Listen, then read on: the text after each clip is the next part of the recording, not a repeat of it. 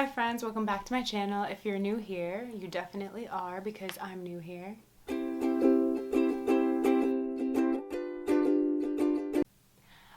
Yeah, this is Tati TV, my YouTube channel, basically where I allow my random brain dumps slash whatever comes to mind. It's just my virtual diary, okay? It's my virtual diary. Alright, so today on Tati TV we are talking exclusively about skincare.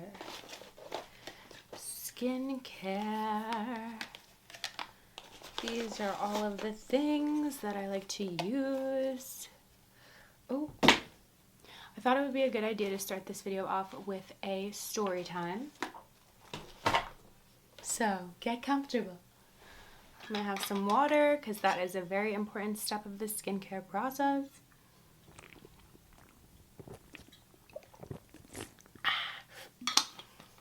That probably wasn't cute, but oh well. Okay, so I'm coming on here today with bare-faced baby vibes. So you can see current day, what it's looking like. We have a little redness due to the weather and some current skincare issues that I'm facing, but we'll get into that later. Back to the story time with my ADD. So, when I was in like 8th grade, I started to get breakouts. I feel like that's like a pretty general age of when people start to experience acne, or at least that's when it started for me. So before 9th grade, I woke up and I just had like a bunch of small pimples, just, you know, scattered randomly like the stars in the sky, just making an appearance on my face. And I felt pretty insecure about it, only because I was like, what is all of this? Like, what's happening? Like, what am I doing differently that is causing my skin? Really, that's causing my skin to act like this. So, growing up in a Hispanic household, my abuelito, aka my grandfather, was like, oh, my brother in Colombia uses this ointment on his clients.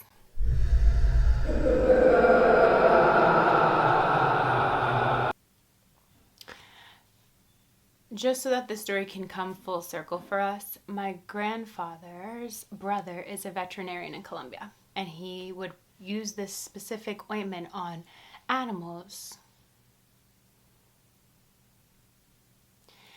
because it like helped with whatever skin conditions they were going through. I don't know.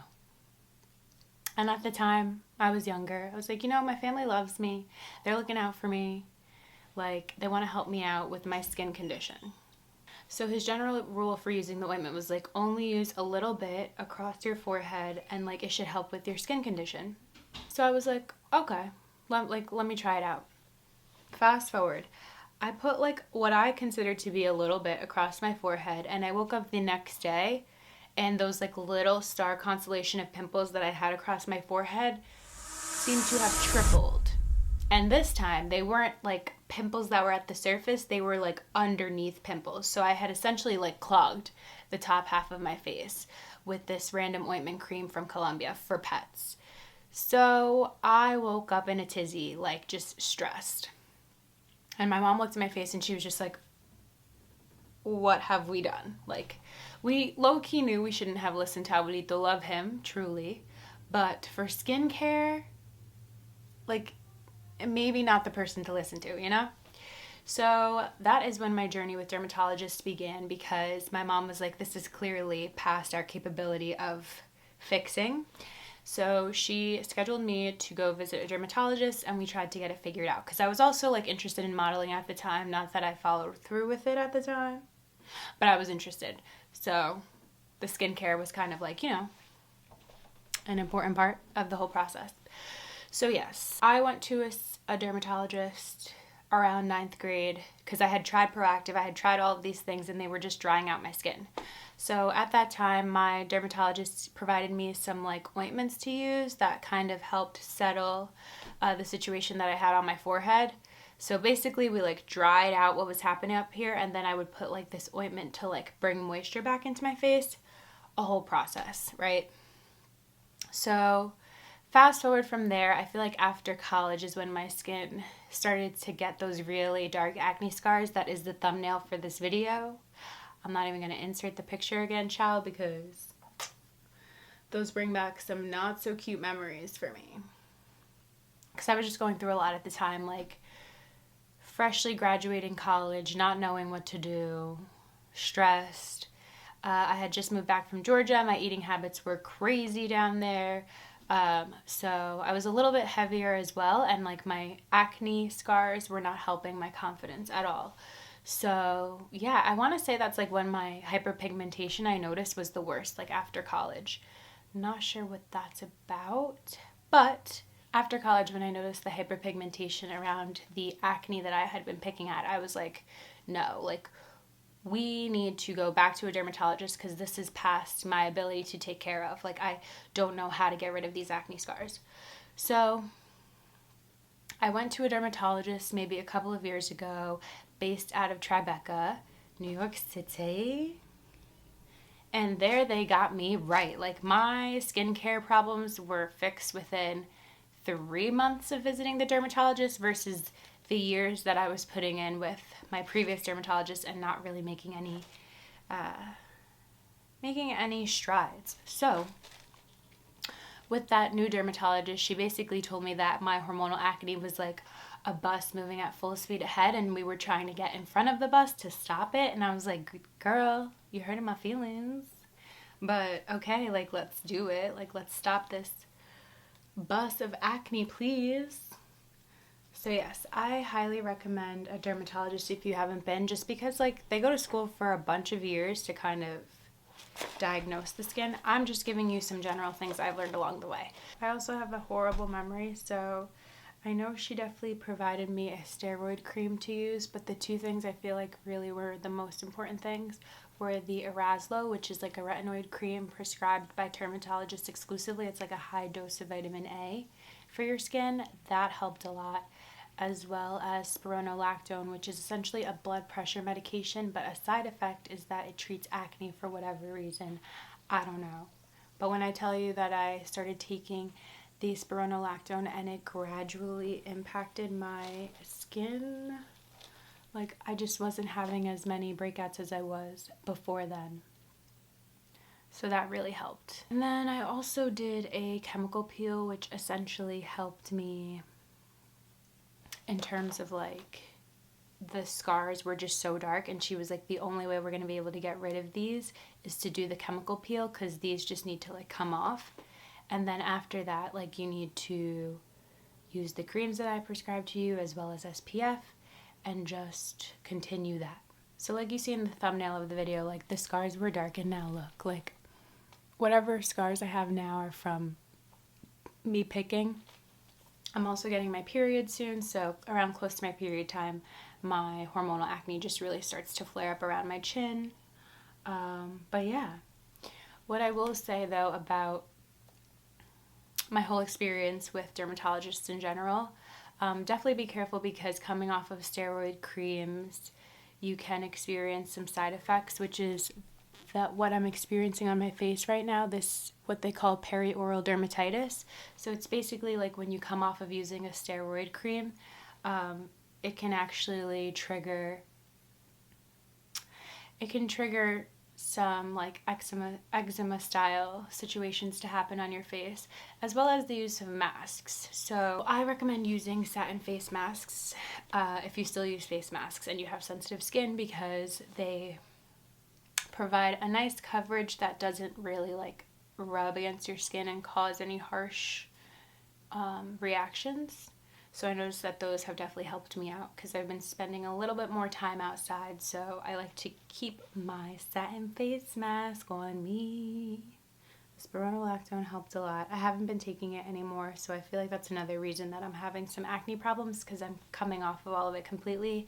I'm not on my mom's insurance anymore, so things are changing over here. So we're leaning to more natural, holistic ways of taking care of my skin.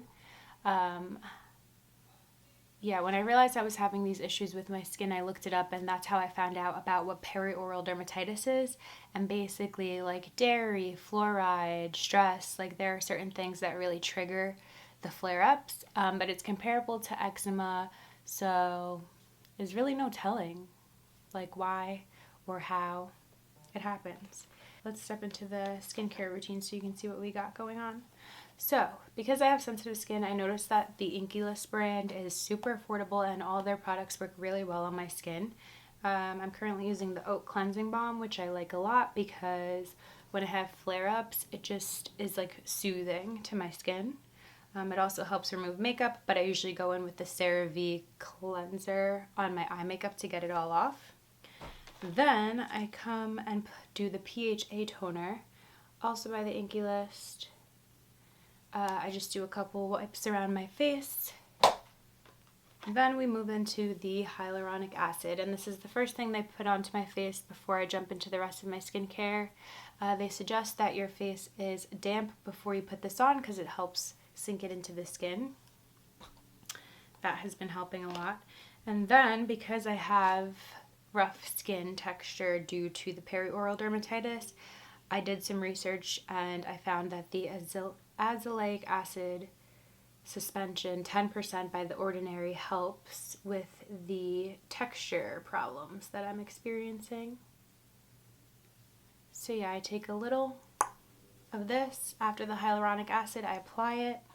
You can check out my TikTok to see me in action doing the damn thing. But yes, then I go in with the La Roche-Posay Double Repair Facial Moisturizer, which doesn't have SPF in it, so I combine it with this Supergoop Unseen Sunscreen, SPF 40. And I can't stress this enough, SPF is a super important part of your skincare routine, if not the most important, because I love the sun, daughter of the sun, okay, but there are photo aging properties of the sun, and it can age your skin as well as any dark marks you have. It can make them darker. So you just want to make sure that you're wearing this, any form of SPF, specifically for your face preferably, all year long. Also a fun fact, any SPF above a certain number doesn't work like as it says it does. So you don't need to get like the 80 or 100, 40 works just fine. What else can I say? Oh, about the perioral dermatitis. So I can't use fluoride toothpaste anymore because it aggravates this situation to get like super red and triggered. So I use the Tom's anti-plaque and whitening toothpaste, and it doesn't have any fluoride. It's still got that peppermint feel to it. So yeah, this is what I've been using. So current day, that's my skincare routine. When I get my money bags up, I would like to get a chemical peel twice a year just because I feel like that really gave my skin a nice reset. I could make a video about what the chemical peel situation looks like if you're interested, but that is pretty much a synopsis / overview of my skincare and how I've kind of gotten it together over the years. Drink a lot of water, eat a lot of fruits and vegetables. Make sure exercise is a part of your normal routine, especially if you have hormonal acne, because I noticed that when I exercise more, I don't know, I feel like it gives my skin some time to breathe, and I feel like there's probably a scientific correlation between hormonal acne and exercise. I would like to think there is. I'm not sure. Just do your research. Go to a dermatologist if you can. And yeah. And drink your water. So that's all I got for you today. Thanks for tuning in, and I will see you in my next video. Bye.